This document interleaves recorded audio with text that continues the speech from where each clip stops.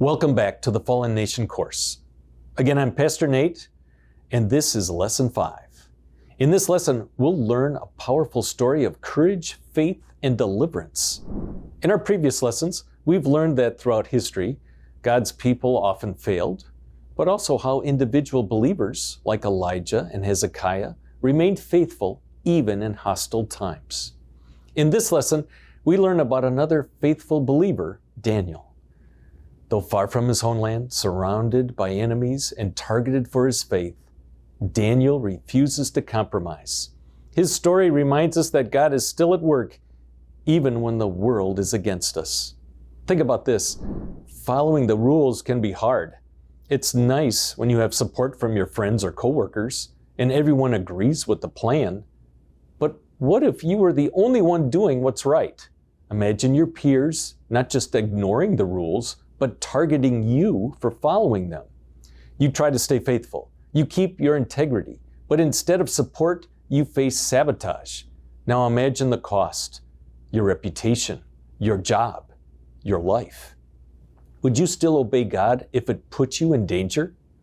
Daniel did. Let's read what happened from Daniel chapter 6, beginning at verse 10.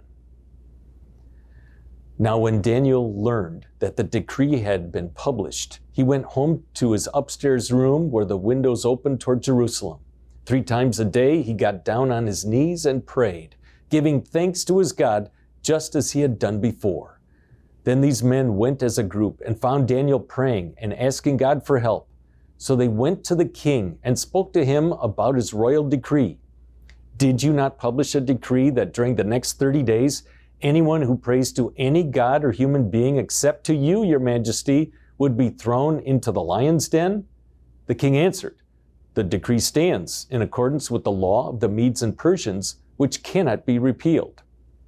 Then they said to the king, Daniel, who is one of the exiles from Judah, pays no attention to you, your majesty, or to the decree you put in writing. He still prays 3 times a day. When the king heard this, he was greatly distressed. He was determined to rescue Daniel and made every effort until sundown to save him. Then the men went as a group to King Darius and said to him, Remember, your majesty, that according to the law of the Medes and Persians, no decree or edict that the king issues can be changed. So the king gave the order, and they brought Daniel and threw him into the lion's den. The king said to Daniel, May your God, whom you serve continually, rescue you. A stone was brought and placed over the mouth of the den, and the king sealed it with his own signet ring and with the rings of his nobles, so that Daniel's situation might not be changed. Then the king returned to his palace and spent the night without eating and without any entertainment being brought to him, and he could not sleep. At the first light of dawn, the king got up and hurried to the lion's den. When he came near the den, he called to Daniel in an anguished voice, Daniel, servant of the living God, has your God, whom you serve continually, been able to rescue you from the lions? Daniel answered, May the king live forever. My God sent his angel, and he shut the mouths of the lions. They have not hurt me, because I was found innocent in his sight, nor have I ever done any wrong before you, your majesty. The king was overjoyed and gave orders to lift Daniel out of the den. And when Daniel was lifted from the den, no wound was found on him, because he had trusted in his God. At the king's command, the men who had falsely accused Daniel were brought in and thrown into the lion's den along with their wives and children. And before they reached the floor of the den, the lions overpowered them and crushed all their bones. Let's learn what led up to this story. Daniel had served faithfully through multiple kings and empires, first Babylon, now Persia. King Darius recognized his exceptional wisdom and planned to promote him over the entire kingdom. But jealousy grew. Daniel's rivals searched for a flaw, but they found none, except in his unwavering devotion to God. So they crafted a trap. They convinced the king to pass a law. For 30 days, no one could pray to any god or person except the king. The penalty? Death in the lion's den. Daniel knew the law. He knew the danger. But nothing changed.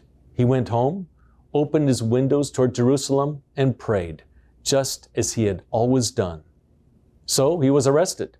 The king, heartbroken but bound by his own law, gave the order.